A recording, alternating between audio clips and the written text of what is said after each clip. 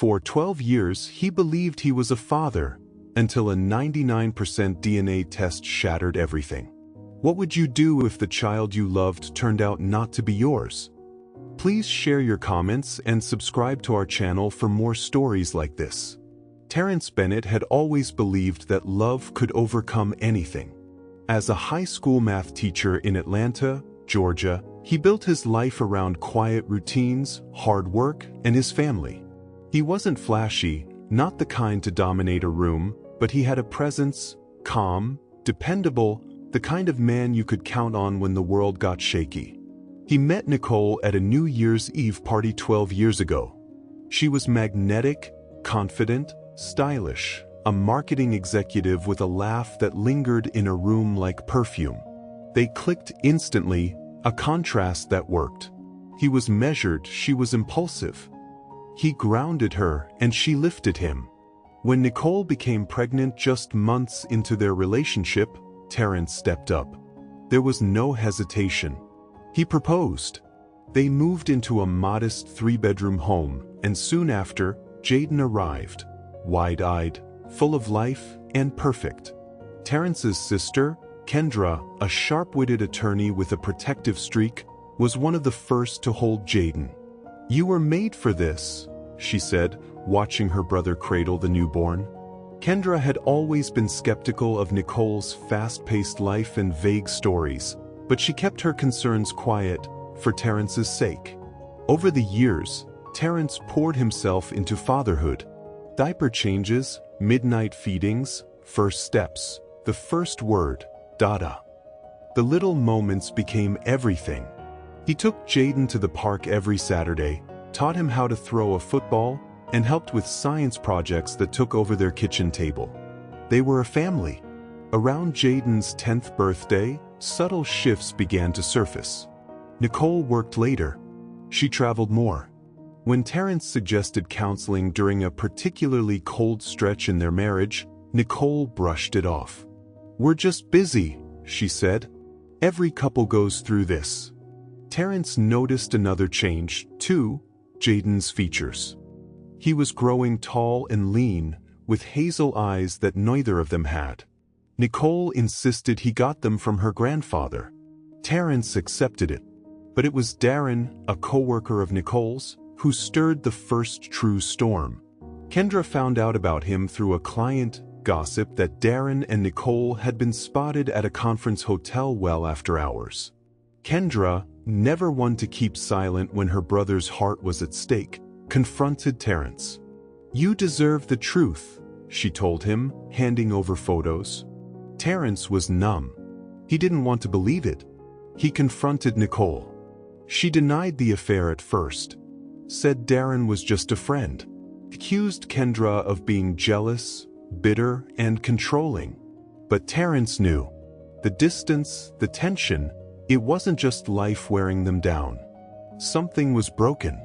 It was Jayden's school coach, Mr. Paulson, a father of 3 and someone Terrence had grown close to, who first gave voice to a quiet question that had haunted him.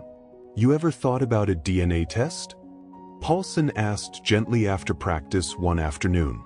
Not saying anything's wrong, but sometimes it helps clear the air. Terrence brushed it off. He was Jayden's father, period. But the question festered. He brought it up in therapy with Pastor Reynolds, their church counselor. "Am I wrong for wanting to know?" Reynolds paused. "Truth can be painful, but it's also freeing. You have to decide what you're willing to carry." Terrence ordered the test. He made it a game for Jayden. "Let's see if we have the same superhero genes," he joked as he swabbed the boy's cheek. Jayden laughed, unaware. A week later, he mailed the kit. Then he waited. Terrence opened the email while sitting in his car outside the school. The subject line read, "Your DNA results are in." He clicked. Probability of paternity, 0%. He blinked. Read it again. His chest tightened. Air became scarce. He sat there, frozen as buses pulled away and kids ran to their parents. Inside, he could see Jayden's silhouette through the window, laughing with his classmates. Tears blurred his vision. That night, Terrence didn't sleep. Nicole walked into the living room at 2 a.m. to find him still staring at the printed report. She didn't deny it this time. She broke down. It was a mistake. It was before we were serious. I didn't think it would matter. But then you loved him so much? I didn't know how to take that away from you. He couldn't speak. He packed a bag and left. Kendra took him in. For weeks, Terrence drifted, barely eating, barely talking. Jayden kept calling. "Daddy, when are you coming home?" He didn't know how to answer. Nicole's mother, Gloria, reached out unexpectedly. "She was scared," she said. "But you've been that boy's father in every way that matters. Please don't punish him for her choices." Eventually, Terrence returned, not to Nicole, but to Jayden. He picked him up from school one Friday, and they went to the same park they'd always gone to. Jayden hugged him tight. "I missed you." Terrence broke. "I missed you too, buddy." He didn't know what the future held: custody battles, therapy, healing. But he knew one thing: the love he had for Jayden hadn't come from biology. It came from 12 years of bedtime stories, scraped knees, birthday parties, and bike rides. And that didn't disappear with a test. It had been 3 months since Terrence walked out. Jayden was quieter now. His laughter didn't come as easily. His grades slipped.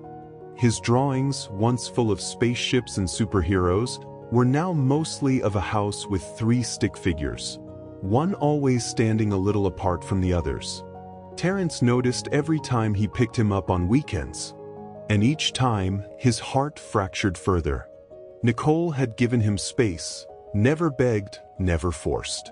But she sent weekly updates, report cards, photos from field trips, and little voice notes from Jayden saying goodnight. She didn't ask for anything, just made sure he knew he was still needed. One rainy Saturday, Kendra brought up the unspoken. "You're still in love with her," she said over breakfast.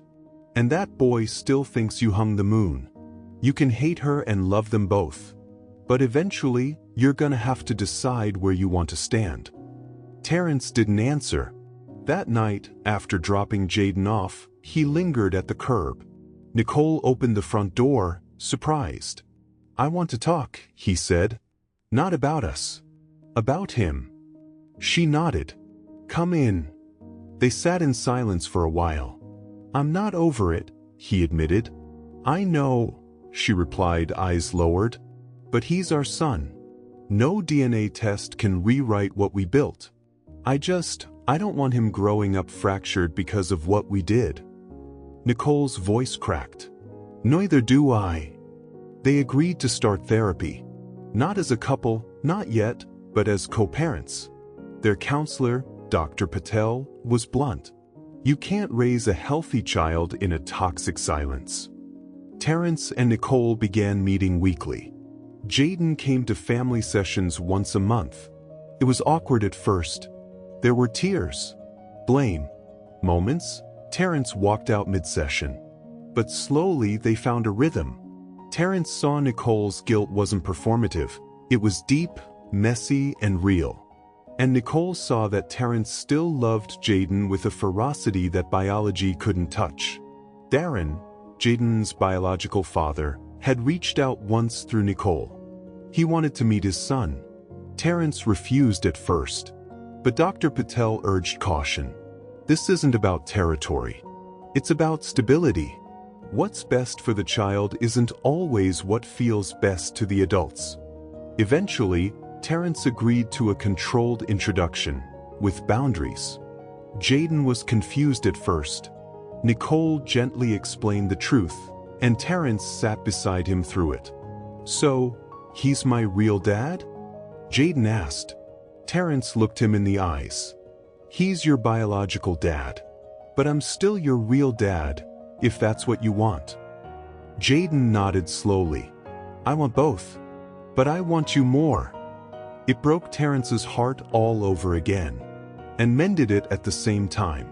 A year passed. Terrence never moved back in. But he came by every morning before school and every night to read stories. Weekends were theirs. Jayden had two dads now, in different ways. Nicole and Terrence rebuilt something, not exactly what they had before, but something honest, slower, stronger. He hadn't forgiven her entirely, but he saw her trying. And she never stopped trying. At Jayden's 13th birthday party, surrounded by kids and chaos, Nicole handed Terrence a slice of cake and asked quietly, "Would you ever come home?" He looked around at Jayden laughing with friends. At the family they'd pieced together from the wreckage. "Maybe," he said. "Someday." What would you have done if you were in Terrence's shoes, walked away for good, or stayed for the sake of the child? Let us know in the comments.